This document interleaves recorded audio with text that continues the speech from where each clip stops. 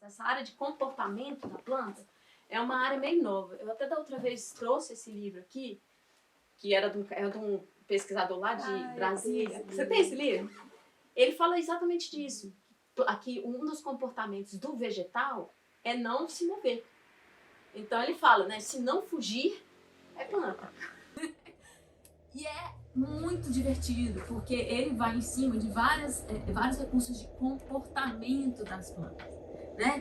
Como é que o tomate reage para sobreviver, né? Como é que a hortênsia, por exemplo, ele vai contando uma história que é muito interessante. Ela dá a coloração dela é feita para mudar, dependendo do solo, entendeu? E dependendo, então ela reage muito fortemente ao solo. Então a cor dela é um fenômeno do ambiente em que ela se encontra. Mas ao mesmo tempo ele conta aí uma história que é interessante, que os samurais, né, no Japão, consideravam a hortênsia uma flor não confiável. Porque eles encaravam essa ideia de que ela reage a mudar de cor como não sendo uma estrutura honesta. Né? Então a gente tem essa mania de antropomorfizar as coisas, né? Isso é do humano, a gente vai fazer. E na verdade eu faço isso, mas sempre tentando manter essa coisa de ver o que vai acontecer, né? Ver essa reação. Então a gente vai ver assim que essa relação de que a planta não foge e ela cresce e ela muda, traz pra gente uma forma de fazer alguma coisa relacionada a essa coisa do sistema, pensando sempre numa estrutura assim. Eu vou criar uma entidade, uma coisa, pode ser, por exemplo, uma folha.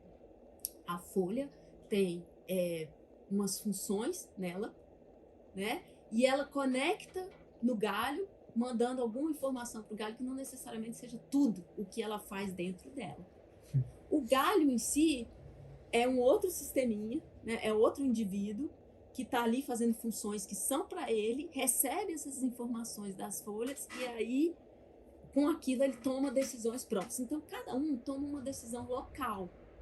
A vinda de informação de fora, mas local. E aí o crescimento vai. Em termos de programação, fica mais fácil, né? Quando eu faço digital, então, por exemplo, no meu doutorado, eu fiz um sistema que era programável, né? Ele era esse aqui, né? Era um jardim, tá? Era um jardim, de plantas que cada uma era um autônomo, né? Então, por exemplo, assim, você podia mudar ela de lugar, mas se ela não gostasse, ela mudava ela mesma de lugar. Ela mesma mudava. Ela mesma mudava de lugar. Dependendo das condições que estava, ela crescia. E se você saía daqui com o seu jardim para Brasília, por exemplo, estava muito seco, ele pegava as informações da internet do local e começava a pedir mais água, tal, ou se adaptar à situação de condição. No momento que uma planta morria, nascia outra já geneticamente modificada. Então, a ideia é exatamente isso. No virtual, você pode pensar da forma que você quiser nisso, né? Nessas estruturas sendo, posso falar, criando o que for. Né? Eu até acredito que tenha ficado um pouco no nível, nesse primeiro momento, no nível muito ilustrativo, sabe? Lá no começo do doutorado, isso aí foi 2014. E quando eu cheguei, logo no final do doutorado, que eu percebi que o sistema estava morrendo mesmo por falta de interação, eu matei o sistema inteiro e comecei a voltar para uma coisa que eu gosto muito, que sempre gostei, que é a fisicalidade das coisas. E aí foi por isso que eu fui para a robótica. Na robótica, você pode fazer coisas similares. Por quê? Porque a robótica é feita toda de módulos. A feita aqui? A robótica Sim. é feita toda em módulos. Né? Então, por exemplo, você tem um módulo que funciona aqui separado, um módulo que pode funcionar aqui separado, você tira esse módulo, você coloca outro módulo, e assim por diante você vai construindo essas estruturas como se fossem isoladas, trabalhando juntos, tá? E outra coisa que eu gostava era da materialidade desse negócio. Então, no primeiro sistema que eu fiz ainda no doutorado, eu recriei umas estruturas robóticas que interagiam entre si, trocavam informações. Mas o que eu percebi é que lá na robótica, você tinha que fazer o sistema de comunicação entre todas as partes de forma virtual. E isso, para mim, era um problema. Então, depois eu vou mostrar para vocês um pouquinho das coisas que eu faço. De forma virtual, como assim? Porque o que acontece? Você tem um microcontrolador, tipo um Arduino, né? Uhum. O Arduino, ele conecta com outro Arduino. Se você quiser conectar com mais 4 ou 5, ou você tem com um negocinho de rede Wi-Fi, para ele se comunicar com os outros, e nunca tem estabilidade, tá? Ou você tem que literalmente colocar uma conexão, você tem que programar uma conexão que não é fácil de programar, e eu não cheguei a conseguir fazer isso, tão complicado, que cada Arduino monta uma fila de informação e você tem que desmembrar com a fila da informação do primeiro, que vem do segundo, que vem do terceiro, que vem do quarto. E isso para mim era muito complicado. Aí eu peguei aí o tempo da pandemia para fazer uma plaquinha que resolvesse essa questão para mim, né? Então, tipo, a plaquinha você desenvolveu mesmo? Tipo a Raspberry? Um colega. Assim? Tipo uma um colega. Raspberry. Eu não trouxe ela aqui porque ela está sendo montada lá, né? Tem que apresentar ela dia 8 agora, lá em Brasília. Mas eu mostro a foto dela tá aí. E essa plaquinha, ela vai fazer onde eu queria chegar, depois eu vou passar a coisa inteira, é que essa plaquinha, ela tem a função exatamente disso. Sempre programar, não importa se é robótica ou se é virtual, coisas que em si são capazes de tomar decisão sozinhas e acompanhado da informação que vem dos outros, ser influenciada ou influenciar os outros. Entendeu? Porque se você olha para uma planta, é isso que ela é. Se todas as folhas começam a dizer, estamos morrendo, lógico, né, que se não é uma planta tem plantas que realmente perdem todas as folhas. Agora, tem umas que não, né? E aí, quando elas, por exemplo, se elas começam a perder todas as folhas, isso é um trigger, né? Ou seja, isso é uma mensagem. Um tanto de... Se eu perder 2, 3, 4 ali numa porcentagem, o galho talvez nem se incomode. Mas se ele passa, sei lá, por exemplo, de 80%, 90% da folhagem dele e não podia perder, ele está sacando aqui. Estou morrendo aqui. Né? Eu posso ir crescer para o outro lado, posso buscar para outra coisa, e assim por diante. Então, o sistema todo responde a um negócio que está acontecendo lá. Então, querendo ou não, é sempre uma programação social dessas estruturas, tá? Sejam elas em robótica, sejam elas em virtuais. Agora eu vou falar para vocês assim, por que eu cheguei nessa ideia do assembly de planta, e agora falando assim um pouco mais como artista mesmo. Porque aí eu venho com um pouco da fundação teórica que me ajuda a estabelecer onde que eu estou em termos de filosofia, da técnica de filosofia da arte. Isso é importante para mim como pesquisadora, né? Sei que não é importante para muita gente, mas para mim como pesquisadora é. E também me ajuda a entender um pouco mais essas coisas. Né? Então, assim, as coisas aqui são todas conectadas como se fosse rede também. Né? Então, por exemplo, a ideia do antropoceno conecta eu acho, com o trabalho, né? Com as coisas que eu gosto de estudar e fazer. Por quê?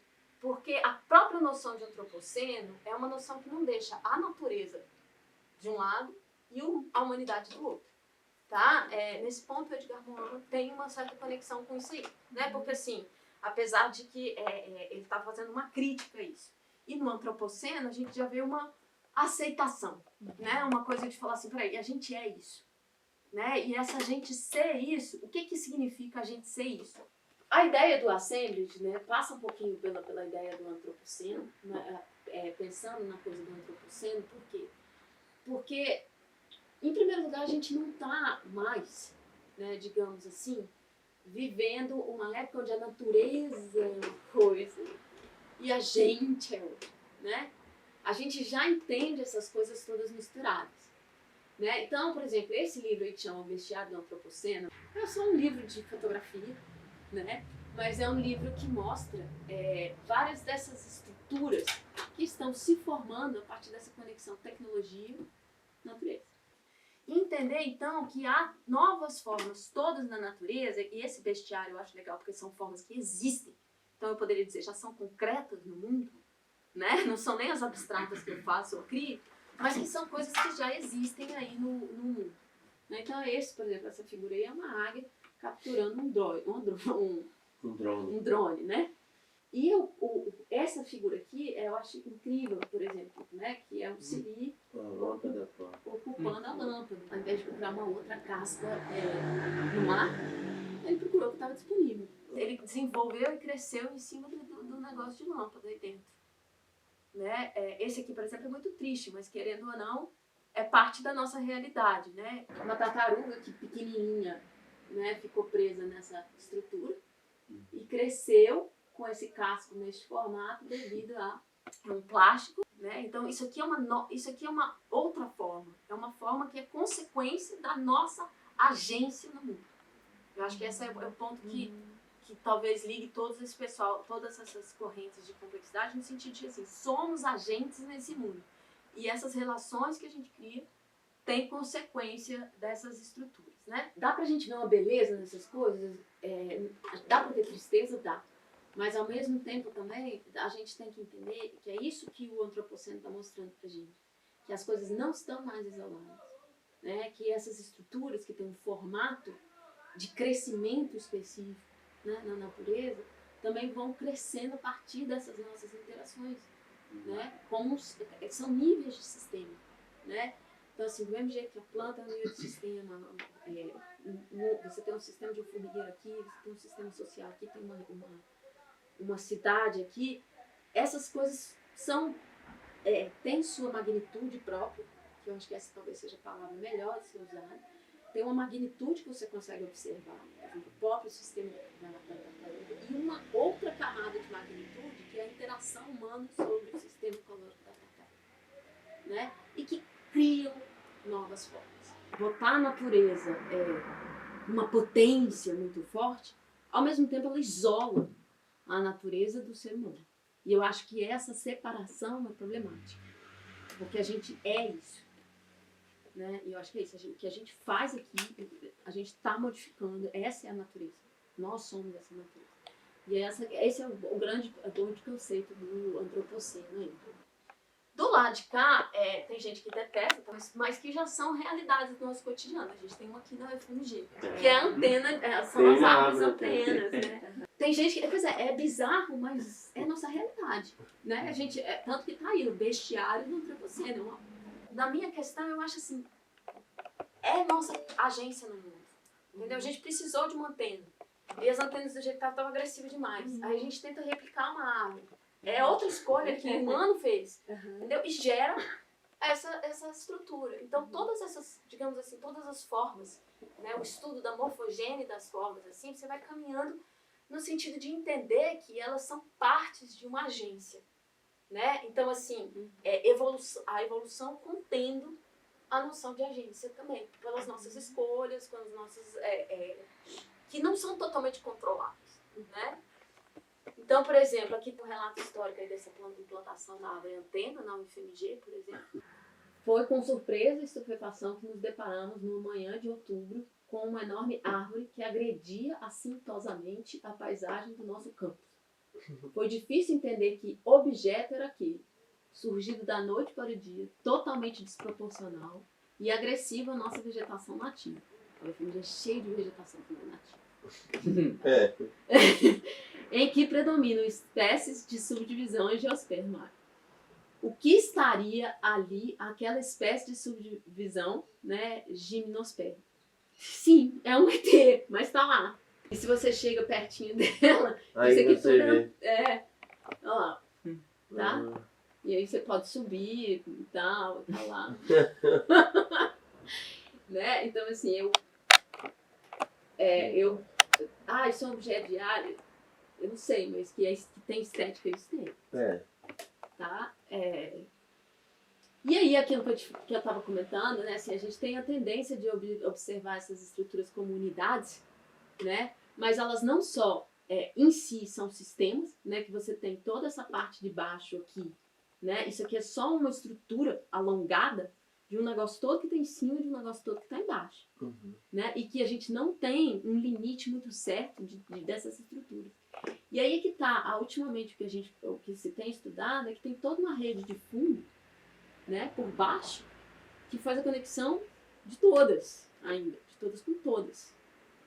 Né? Então, existe uma outra interação aí que a gente também desconhece. Então, se você inverte essa imagem, tá?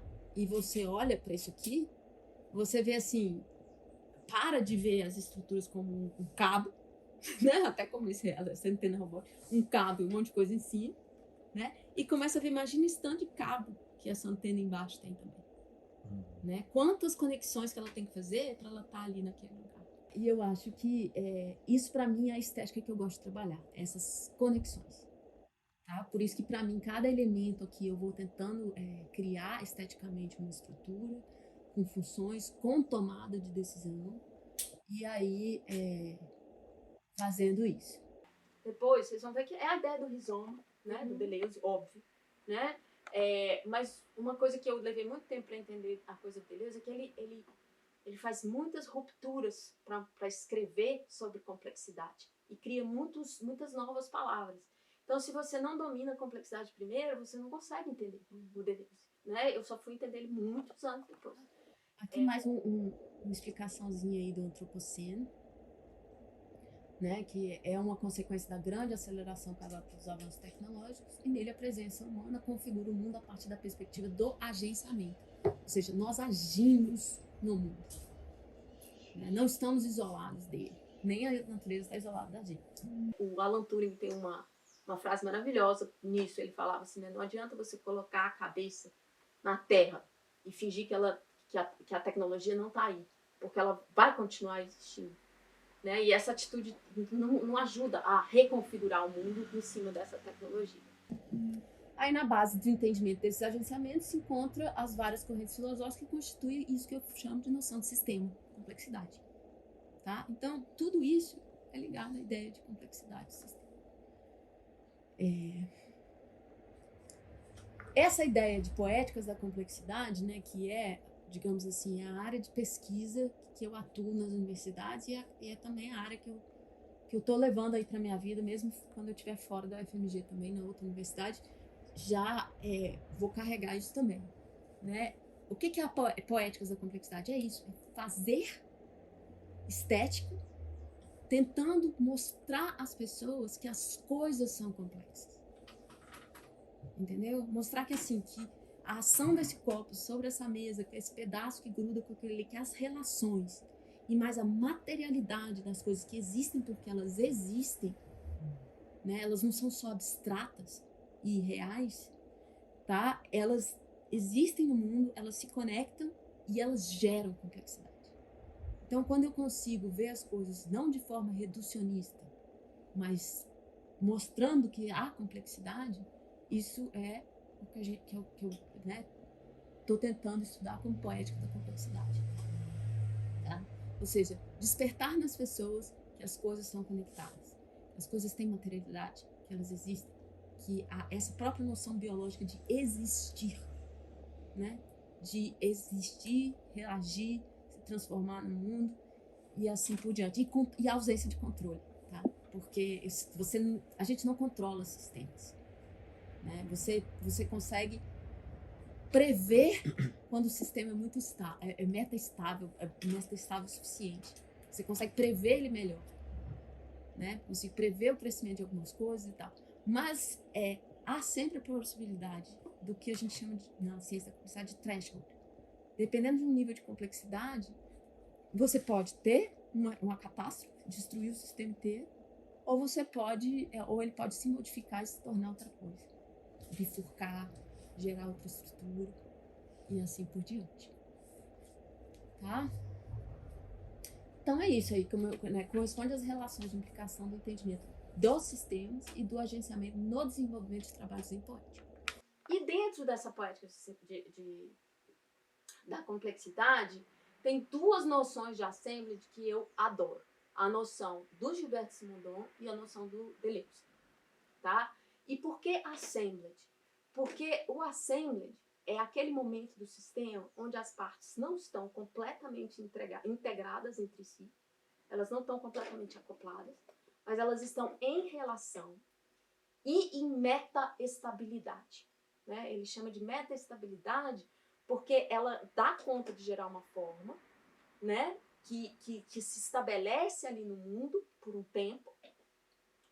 E essa metaestabilidade considera que assim, ainda aquilo ali vai alterar o momento, ela está com um certo momento de robustez ali, e de uma forma ou de outra vai também está aberta a modificação. Tá?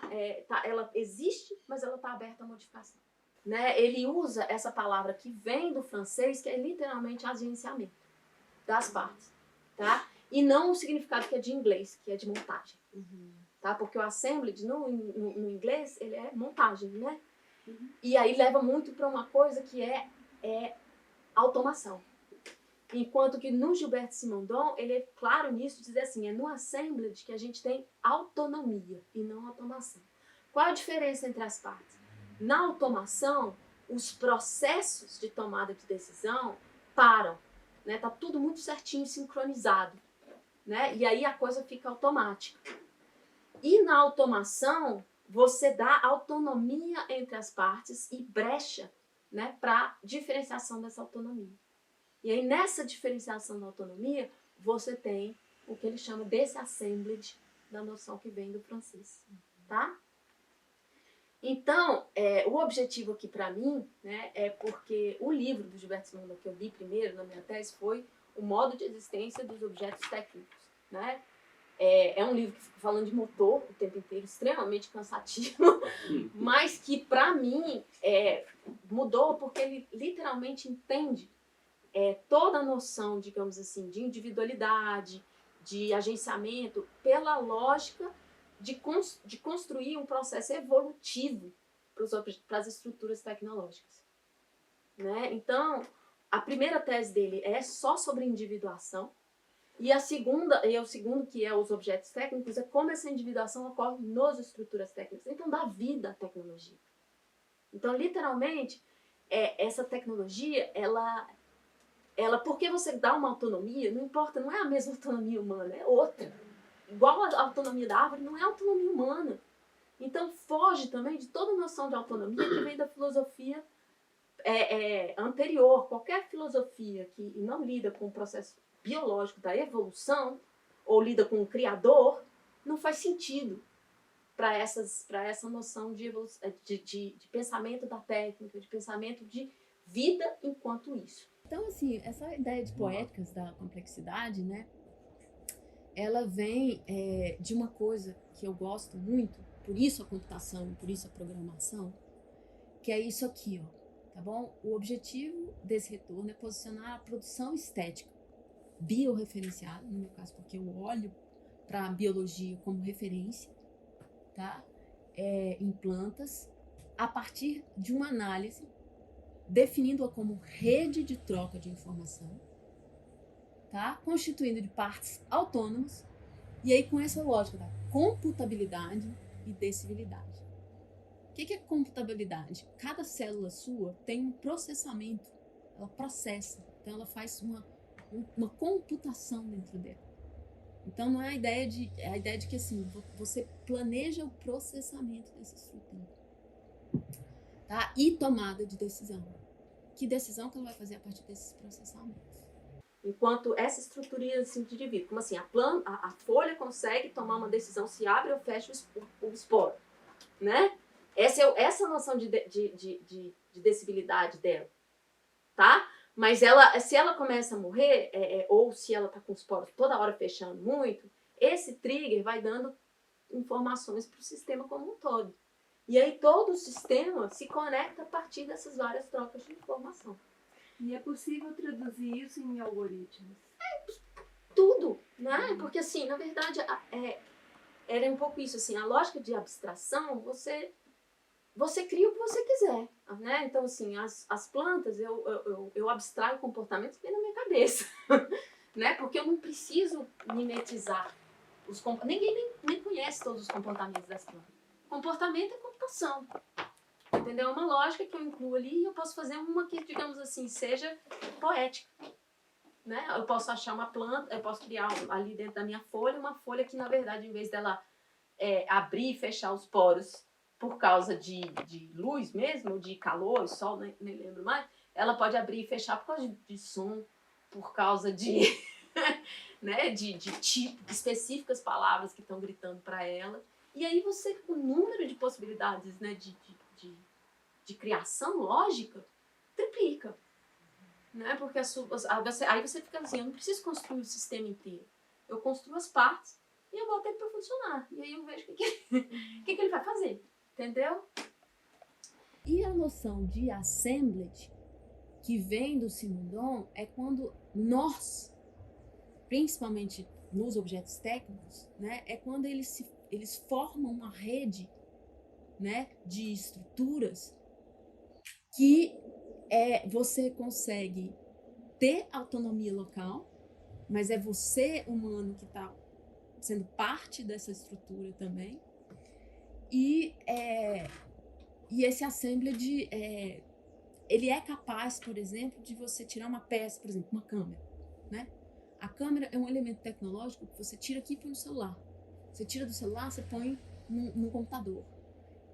Ou seja, é um elemento que em si tem uma autonomia, mas que a gente pode colocar em vários objetos, ele se recoloca, né? E aí, isso que ele chama, que essa ideia é uma que a gente chama de evolução coletiva, relaxamento das partes, ou seja, eu posso recolocar essas partes como eu quiser, por isso a eletrônica, por isso a robótica, porque eu reutilizo as coisas todas, tá? Dentro desses indivíduos eletrônicos, e que esse indivíduo concreto, que é o que você consegue construir, ele é temporário, tá? Ele não vai dar conta de sobreviver para sempre, né? Ele tem ali um tempo de vida, sempre, tá? Essa é a noção do Simondon. A noção do Deleuze é similar, mas é mais abstrata, né? Porque ele considera esse aí, ó, que esse acoplamento é feito de conjunto de materiais e relações em um regime específico de signos. Aí a gente fala da abstração, ou seja, conjunto de troca de mensagens. E em termos de computação, a gente pode construir também esse conjunto de signos, esse conjunto de trocas. Tá? Deixa eu ver se tem mais alguma coisa aqui específica. Essa noção que é mais comumente discutida nas práticas artísticas, né? Criando um entendimento comum da arte como um processo, né? Que também não termina, né? Mas a arte se torna sobre pluralidade de perspectivas e vozes e evita a busca pela essência da obra de arte, né? Então, e também mostra inúmeras explorações de várias constitutivas partes heteroclitas, acho que é esse o nome, e fluxos, né? Ou seja, partes diferentes, né? Heterogêneas, né? Entre si. Na verdade, é essa lógica, né? Assim, o assemblage, ele tem que estar aberto. Se ele não está aberto, entropia. Aí vem a noção de entropia, morte. Por exemplo, o meu sistema do doutorado morreu. Eu escrevo no doutorado. Meu sistema morreu. Você está falando daquela televisãozinha? Eu estou curioso com aquilo. O que é aquilo? Aquilo era um sistema, era um aplicativo de celular. Ah, é? Que você arrastava as florzinhas. Mas morreu. Morreu? Morreu porque a tecnologia morreu. As pessoas pararam de usar. Os jardins todos morreram. Eu falei, gente, morreu. Aí eu escrevi na tese, falei assim, morreu, tem que fazer outra coisa. Aí o pessoal falou assim, nossa, você não pode escrever que morreu. Eu falei, morreu, é entrópico, morreu, acabou. Acabou de se comunicar, não se comunica mais, acabou. Entropia. Entropia. Aqui eu tenho um pouquinho disso que eu chamo de estética biorreferenciada. Tem um pessoal que eu trabalho em Brasília há muito tempo que também faz essas coisas, esses estudos, né? Então a gente compartilha. No artigo estava lá essas pessoas, né? Então esses trabalhos aqui são do Media Lab, lá da Universidade de Brasília, né? Que aqui você tem uma planta e as informações que estão sendo capturadas por meio de sensores estão alterando a impressão 3D aqui. A gente tem aqui, tá vendo? É um sistema, um outro sistema aqui do lado, acoplado a esse outro sistema, fazendo interpretações próprias, tá? Nesse tipo de arte que a gente chama de transdução, porque são dois sistemas diferentes, e gerando outras estruturas a partir disso. Então, é aquilo que a gente falou, em vez de replicar também totalmente a natureza, né, você pode trabalhar num outro sistema que cria uma nova complexidade sobre aquela estrutura. Esse aqui é mais simples, né, que é do Gilberto Prado, que também está lá em São Paulo, que também é dessa área bastante. Ele só colocou um sensor em cada planta na coisa e criou uma rede, né, para identificar essas estruturas. Aqui tem uma planta de novo, imprimindo chocolate. E essa aqui, eu gosto bastante, né, que é Flores de Plástico Não Morrem, porque tem uma relação com uma das coisas que eu estava estudando aqui, principalmente esse tanto de cabo aqui, que mostra aquela relação de fluxos, né, que a gente estava falando. Então, elas não são unidades. E que cada uma dessas estruturas é dependente uma da outra. Agora, principalmente esse ponto aqui, que é outro que eu também gosto de trabalhar, é que cada uma dessas estruturas tem uma base, né, de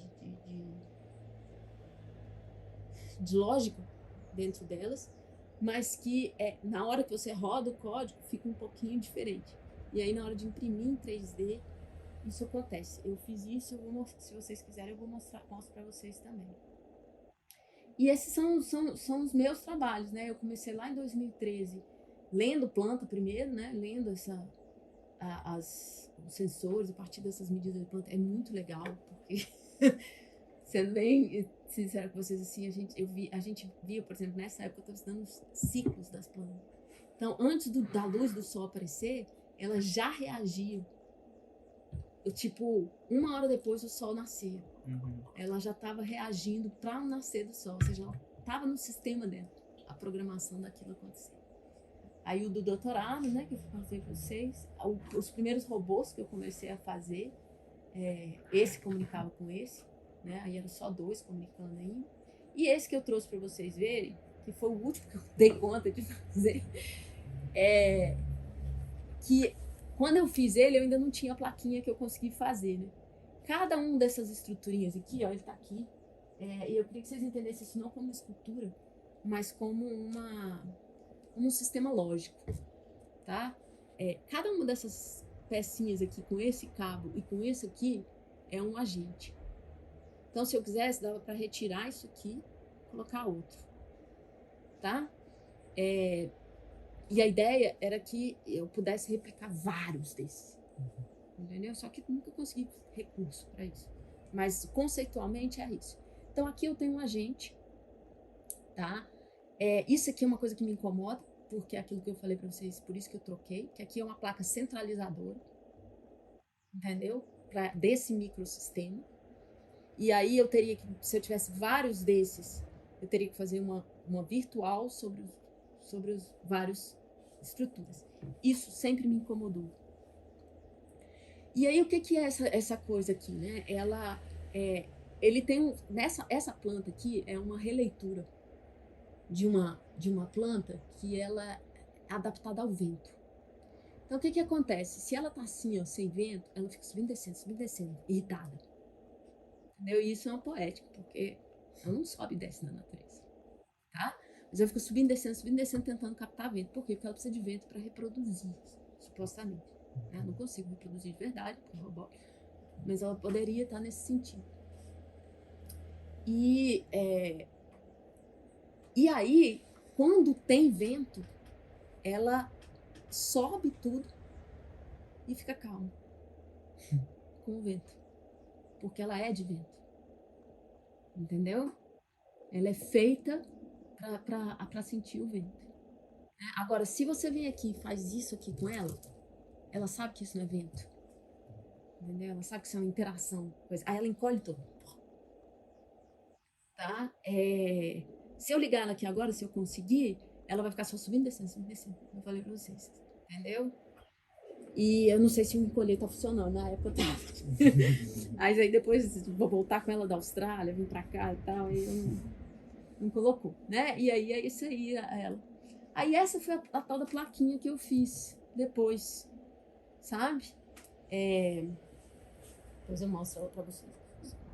Essa é a plaquinha que eu fiz depois, porque agora é assim, ó, em vez de eu colocar uma placa central, eu poderia fazer cada um desses caninhos aqui como uma coisa isolada, né? E esse pontinho, essa bolinha que tá aqui, ó, né? Ela, na época, o laboratório fechou por causa do Covid, era para ter uma em cada um dos cantos. Acabou que, esteticamente, eu tenho que, sei lá, se ficou bom, se não deu para finalizar. Ela é feita por código. Então, a ideia era isso, assim, eu com o processamento, assim, por exemplo, vai que essa aqui, que um galho desses que estragasse, entendeu? Eu guardei o dado de vida dele por um tempo, e esses dados eu vou usar para gerar a próxima bola, mais adaptada àquilo que aquele primeiro viveu. Entendeu? Por isso que ela é 3D e por isso que ela é impressa nisso. E aí faz efeito, por exemplo, do tamanho do buraquinho que vai, porque ela capta o ar que entra aqui dentro, para poder sentir essa informação.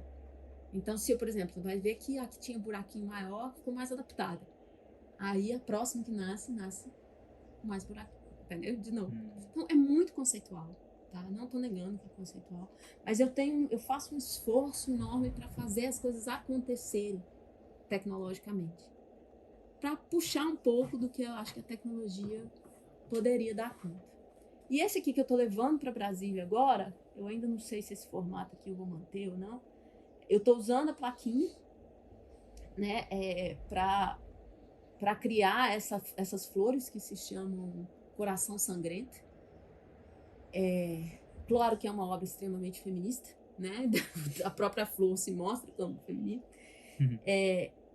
E a ideia é expressar um pouco isso que eu estava falando das orquídeas, né? Então, assim, dependendo da cor e dependendo do negócio, eu vou deixar elas serem mais falsas ou menos falsas e brincar com esse conceito aí. Mas, como eu falei para vocês, eu realmente programo elas, né? Eu faço essas coisas acontecerem. E aí vem o final da ideia do assembly de planta, é isso aí, tá? Ela é sempre dependente de uma construção de um meio associado assim, um meio que ela vive, né? Por exemplo, essa aqui para mim ela é uma planta morta, que não vive mais, não tem como já explorei ela numa exposição, né, pequena, entre as coisas que geralmente de arte e tecnologia são tudo pequenas. Mas ela não tem mais muita chance de sobreviver, não tem mais meio social, né? E aí é isso, né? A concretização dessa espécie cria casos de diferentes níveis de hibridização. Ou seja, você já está gerando uma coisa nova na tecnologia nesse sentido, né? E também potências poéticas de criação artística se apresentando enquanto disrupções entre as fronteiras entre o natural e o artificial, tá? E reflete a ideia da estética do antropoceno a partir disso aí. Eu acho que a gente tem aí um lado da filosofia que durante muito tempo preservou o abstrato como sendo mais importante do que o físico, o químico e essa série de coisas. Como se as coisas fossem principalmente separadas, né? Você vê essa ideia mesmo que percorre até muitos trabalhos, né, de arte, né? A ideia do conceito e a construção são coisas separadas. O cara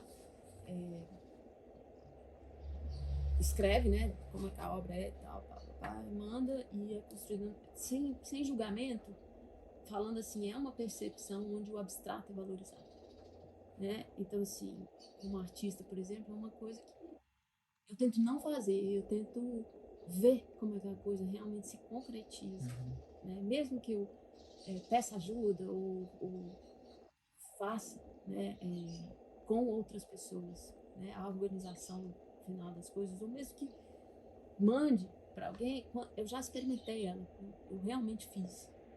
E eu acho que essa presença da prática que me liga bastante à tecnologia de volta, entendeu? Porque ela exige isso de volta, né? Porque as estruturas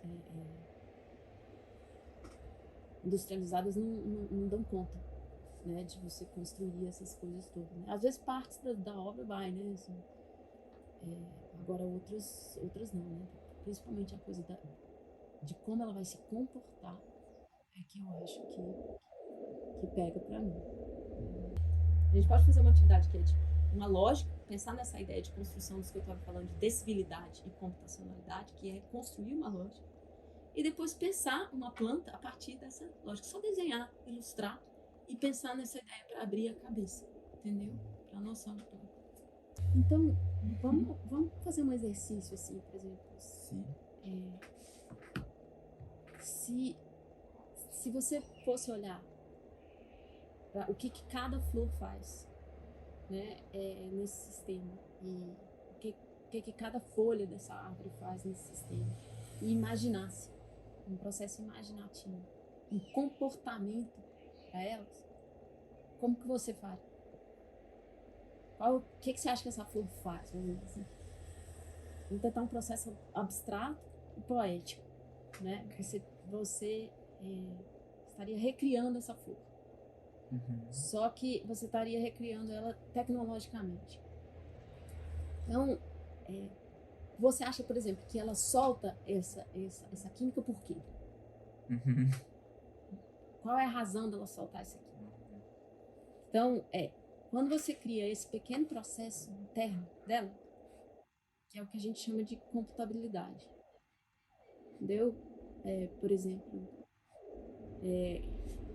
imagina que quando ela chega, por exemplo, num determinado momento de reprodução, ela precisa soltar, estou soltando da minha cabeça, precisa soltar essa química para que ninguém pegue a flor, tá? Para que ela possa concluir todo o processo dela de reprodução.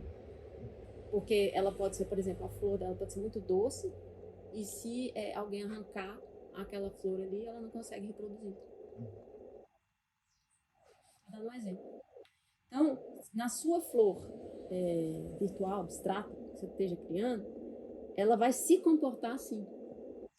Entende? Ela vai fazer esse mecanismo de reação. Aí você poderia pensar assim, tá, e como é que ela vai se comunicar com as outras flores? Não tem como impedir que uma seja arrancada. É isso, não dá para ter um único órgão. Então, na hora que uma é arrancada, que mensagem que ela transmite para o sistema? E o que o sistema, o que as outras partes vão fazer com essa mensagem? Entendeu? Então, a minha ideia aqui era que a gente conseguisse pensar nessa lógica, sabe? Assim, com uma planta que a gente queira, da nossa cabeça, assim, né? Uma planta completamente abstrata, uma planta que você imagina, não precisa nem existir mesmo na natureza. Você definir quais são as partes dela, quais são as micro tomadas de decisões dessas partes e quais são as trocas de informações. Eu acho que se a gente conseguisse fazer isso aqui, um pedaço de papel, a gente está fazendo isso, a gente está pensando nelas enquanto sistema. Entendeu? Essa era mais ou menos a minha proposta.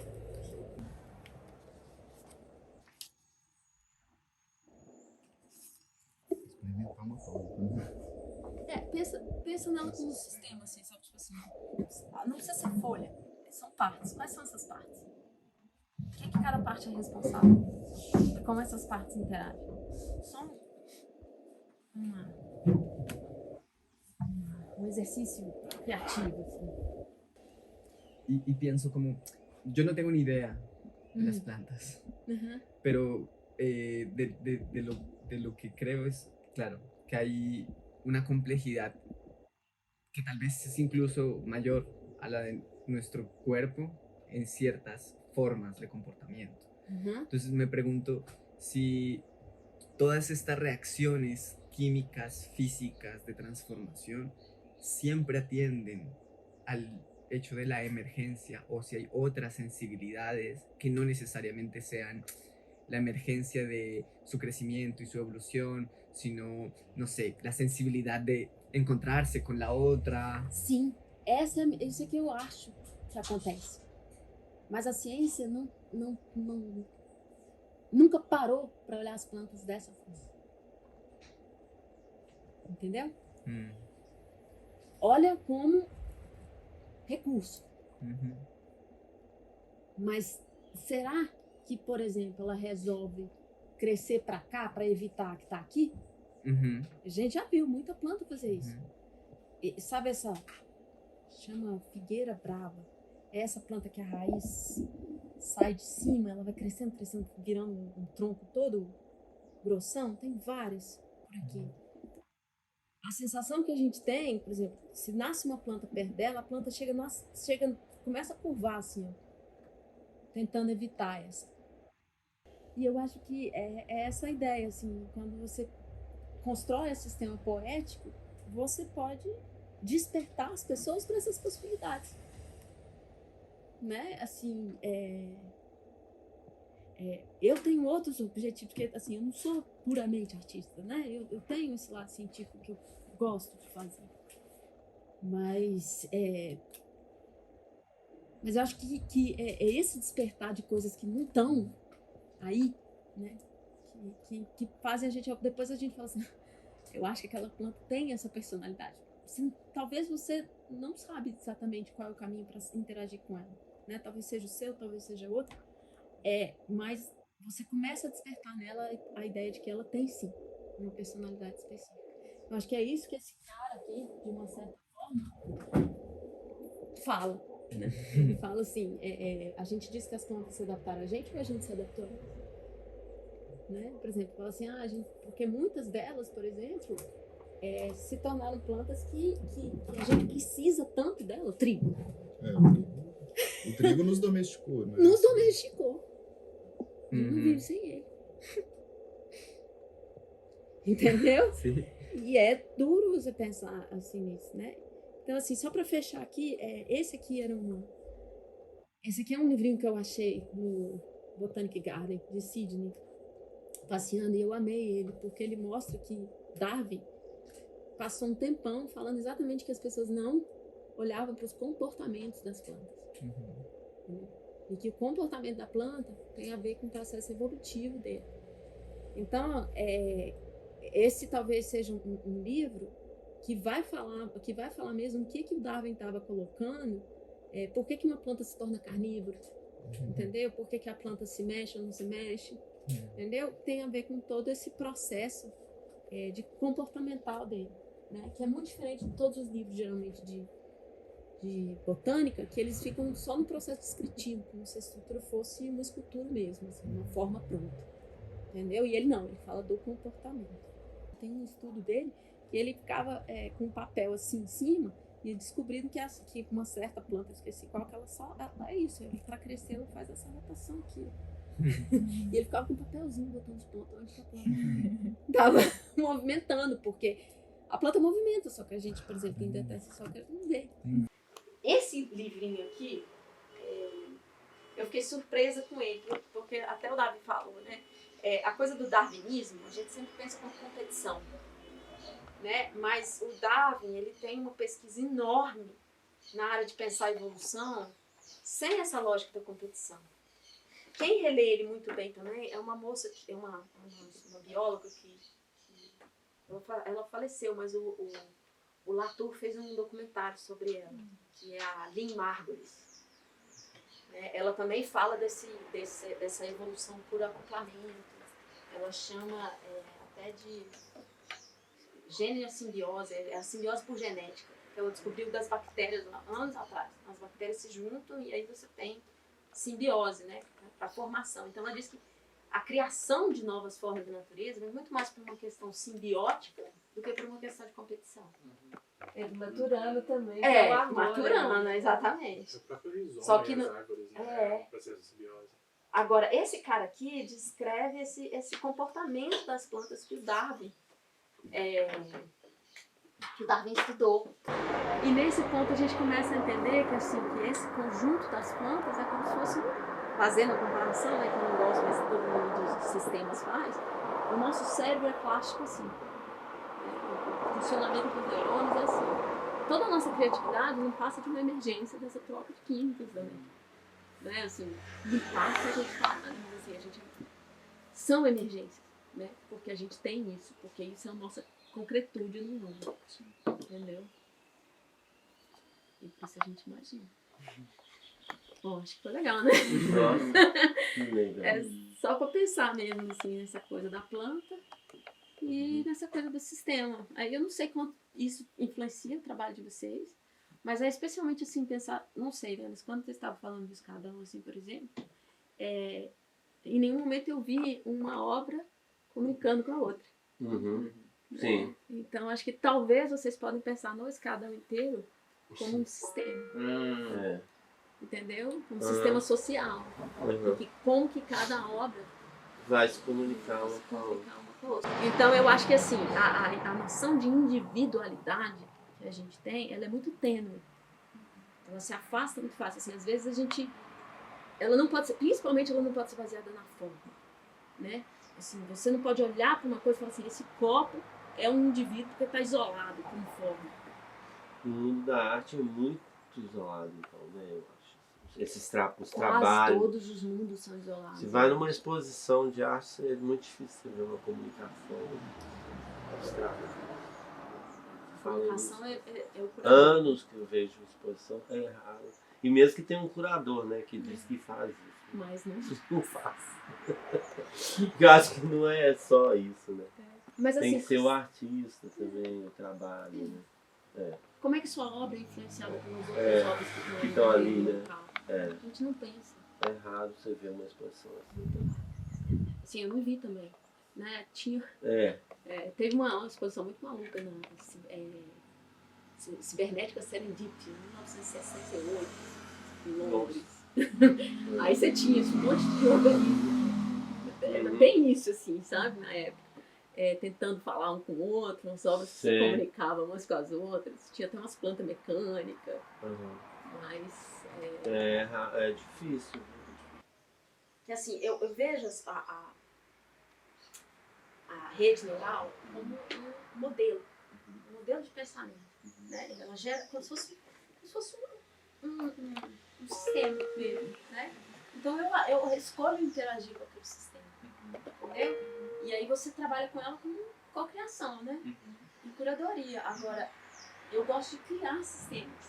Acho que pela minha formação mesmo isso. Eu gosto de criar sistemas que não existiam. Entendeu? Eu às vezes não uso esses sistemas prontos. Né? Eu admiro eles, acho lindo. Entendeu? Por exemplo, acho que a pessoa que fica ali e mexe com aquele sistema de intenção e começa a aprender. Eu achei essa planilha um negócio, porque a planilha é o seu diálogo com o sistema. Sim, né? Assim, pra mim ali é um trabalho de arte. Entendeu? Você levou horas para fazer aquilo ali. O outro é um registro do processo. Né? Tanto é que você pode criar uns 100 registros daquele ali. Né? Cada um representa a sua interação com aquela estrutura. Mas o seu diálogo, a sua conversa está ali.